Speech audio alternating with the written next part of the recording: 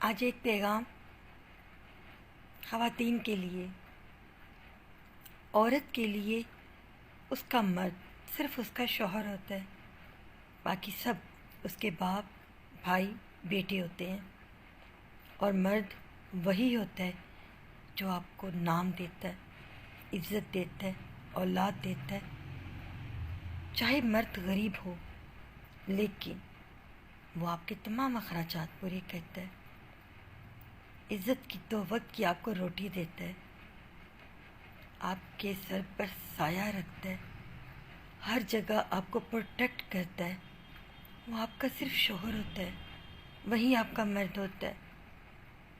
اور عورت کو بھی چاہیے کہ اپنے شوہر کی ہی رہے،